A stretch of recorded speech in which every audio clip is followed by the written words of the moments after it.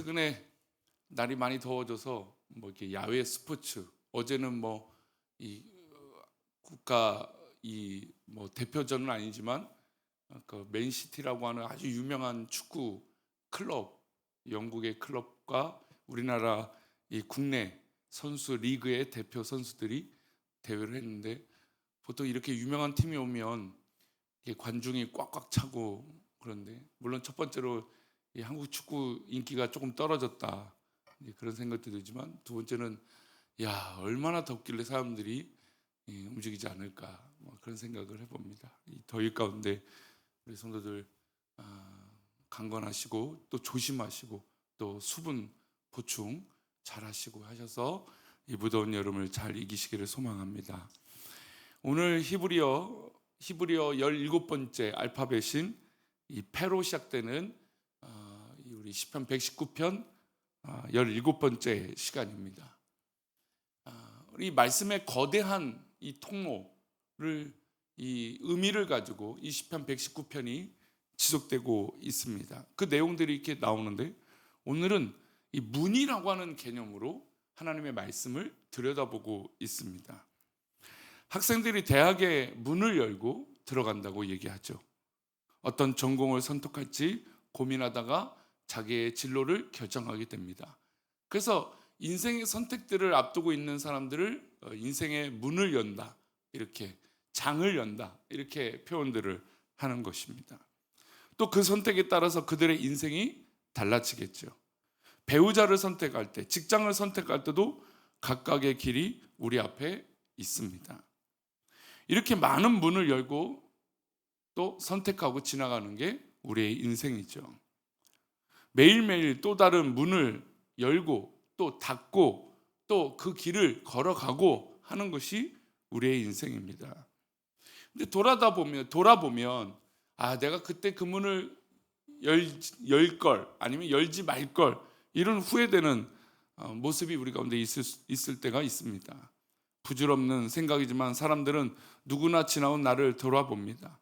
어떤 사람은 문을 잘 열어서 성공 가도의 길을 가기도 하겠지만, 또 한순간 인간의 욕심의 문을 열어 오히려 잘못된 길을 걸어갈 때도 있습니다.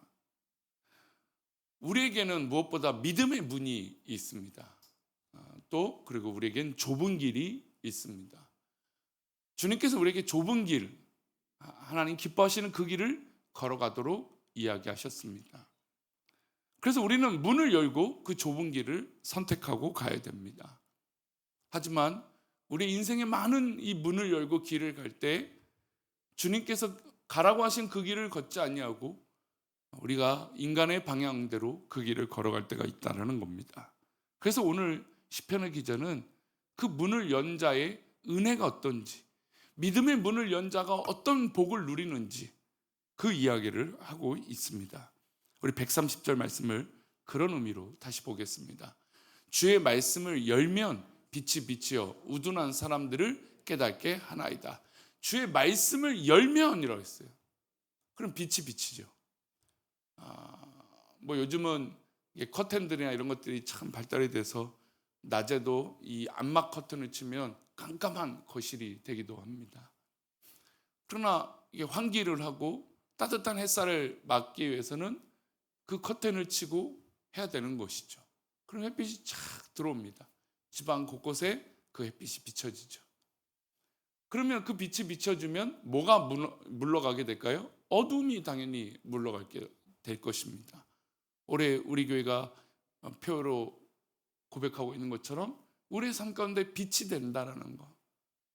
결국 우리가 이 빛이 되어서 부활하신 예수님을 만나서 베드로가 그렇게 변해서 복음을 전하는 자로 자연스럽게 변했던 것처럼, 우리도 주님을 만나서 우리의 심성이 바뀌고 우리의 인격이 바뀌고 우리의 모든 성품이 바뀌고 또 우리의 갈 길이 바뀌어서 무엇보다 주님께서 기뻐하시는 그 길을 걸어가는데, 그게 바로 복음의 길이라는 것이죠.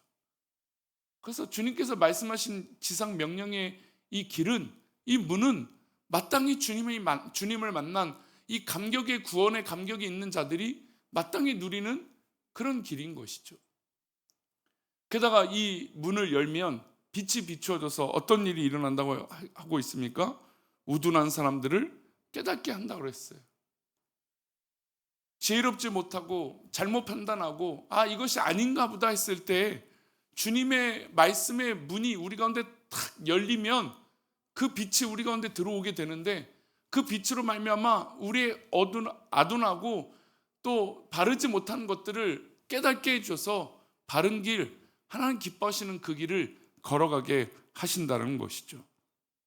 하나님의 말씀의 문을 열기 전까지 내 인생, 내 영혼은 어두움이었지만 하나님 앞에 그 문을 열면 내 인생의 길은 밝은 빛으로 비춰지게 될 줄 믿습니다.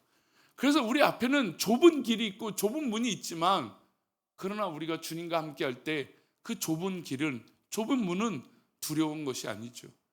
또 믿음으로 그 길을 걸어가면 주께서 그 발걸음에, 그래서 우리가 시편 119편에도 우리 월요일에도 그 말씀인 거예요. 나눴지만 주의 말씀은 내 발에 등이요 빛인 거예요. 그래 우리가 이 어두운 길을 걸어갈 때 주님의 밝은 빛이, 말씀의 빛이 비춰지면 이 어둠의 길을 걷기에 부족함이 없게 된다는 것입니다. 일을 한다고 하지만 실수하고 이 길이 맞다고 생각해서 걸어가지만 돌아보면 아쉬움과 후회만 남는 것이 우리의 인생입니다.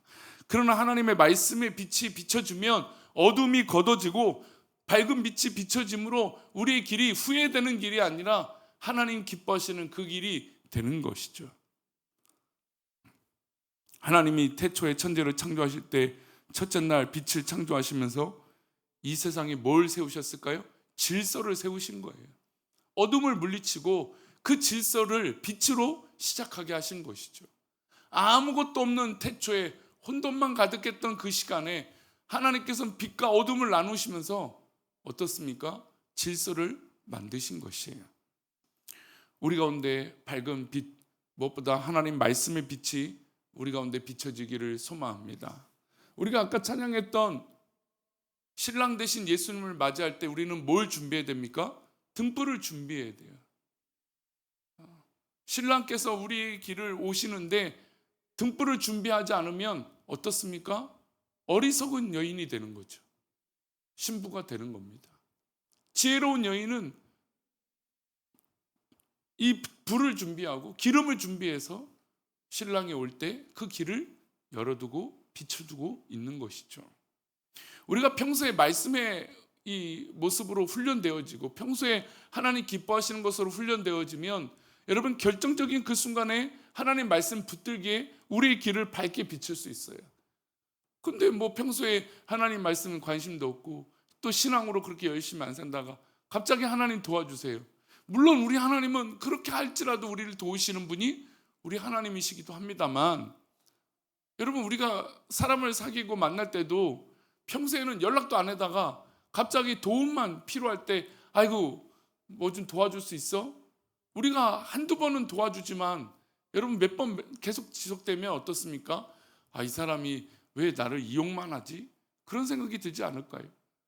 우리가 빛이 필요한데 우리의 어둠을 걷어내고 또 아둔한 이 인간의 이 지혜를 물리치고 밝은 그 길을 열어야 되는데, 그럼 평소부터 늘 하나님의 말씀의 빛이 비춰지고 그것으로 훈련되어져야 된다는 것이죠. 그런데 평소에는 밝은 빛으로 하나님의 말씀을 비치지 않고서 그냥 갑자기 그렇게 된다? 죄송하지만 너무 양심이 없는 것이죠. 이 놀라운 변화를 여러분 하나님의 말씀의 빛이 우리 성도님 삶 가운데 비춰져서 그 은혜로운 경험을 하시기를 소망합니다. 말씀의 빛이 비춰지면 내 아둔하고 어리석은 것들이 물리쳐진다는 거예요. 뭐 예전에도 제가 종종 말씀드렸지만 믿음의 백성들이 참 지혜로워요. 똑똑해요. 근데 거긴 또 함정이 있죠. 똑똑해지니까 교만해져요.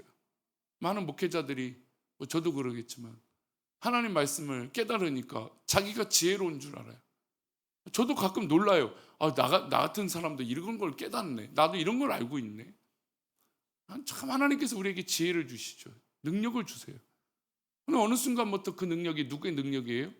그 빛이 내 빛이에요. 내 능력이 되는 거죠. 그러니까 교만하죠. 그러니까 얼마나 그 얄팍한 지식으로 자기 앞날을 마치 다 이룰 수 있는 것처럼 착각하며 살아간다는 것입니다.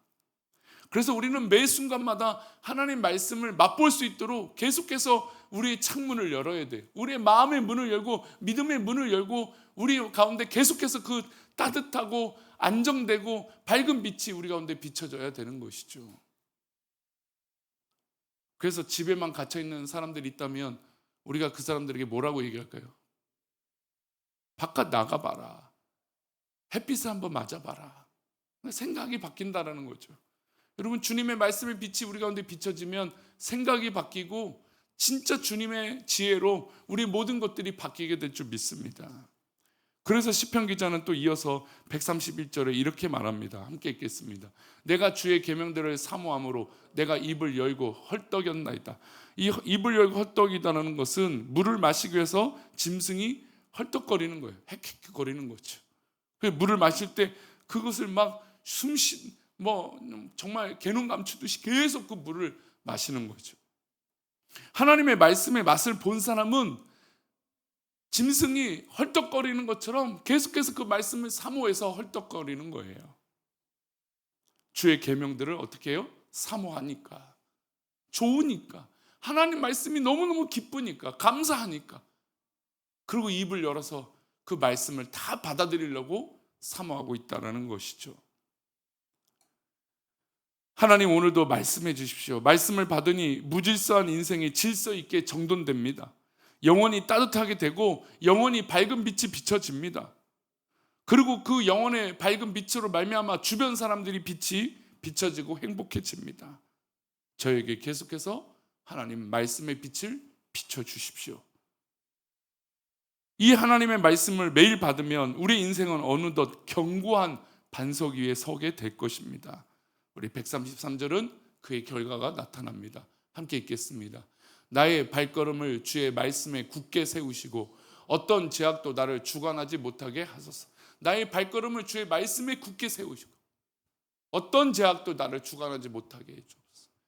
여러분, 든든한 사람, 흔들리지 않는 사람이 여러분 이랬다 저랬다 하지 않는 거 아닙니까? 어제 말씀 보면 중심도 없이 그냥 이랬다 저랬다 하는 신앙이 얼마나 위험합니까? 하나님 말씀에 훈련이 되어지면 말씀에 굳게 서니까 여러분 내 마음이 빼앗기지 않는 거예요. 흔들리지 않는 것이죠. 그래서 어떤 제약도 나를 주관하지 못하게 만드는 것이죠. 귀한 성도님들, 우리 새벽을 깨우는 성도님들, 무엇보다 주의 말씀에 굳게 서시기를 소망합니다. 주님의 말씀의 빛이 여러분들 가운데 비춰지면 여러분 따뜻한 그 빛으로 점점 여러분들의 신앙이 굳건해질 것입니다. 그래서 우리는 성숙합시다. 성장합시다. 날마다 거룩해집시다. 하나님 기뻐하시는 그런 삶으로 하나님 빛이 비춰져서 정말 누가 봐도 흔들리지 않는 신앙, 누가 봐도 넘어지지 않는 신앙, 똑같은 잘못을 계속해서 반복하지 않는 신앙, 그런 멋진 굳건한 신앙이 우리 가운데 있기를 축원합니다. 기도하겠습니다. 하나님 아버지, 오늘도 주님의 은혜로 하루를 살아갈 때 말씀의 빛이 나에게 비춰져 흔들리지 않는 우리의 신앙의 삶이 되게 하여 주옵소서. 주께서 우리를 붙드시고 인도하여 주셔서 주의 거룩한 은혜가 말씀이 우리 가운데 비춰져서 날마다 그 빛 가운데 사는 은혜를 누리게 하여 주옵소서. 오늘도 우리의 밝은 빛을 비춰주셔서 모든 어두움을 물리쳐 주시고 모든 악한 것과 죄악들을 물리쳐 주옵소서. 그렇게 우리를 인도하시고 붙잡아 주실 것을 믿사오며 거룩하신 예수 그리스도 이름으로 기도 올렸나이다. 아멘. 하늘에 계신 우리 아버지여, 이름이 거룩히 여김을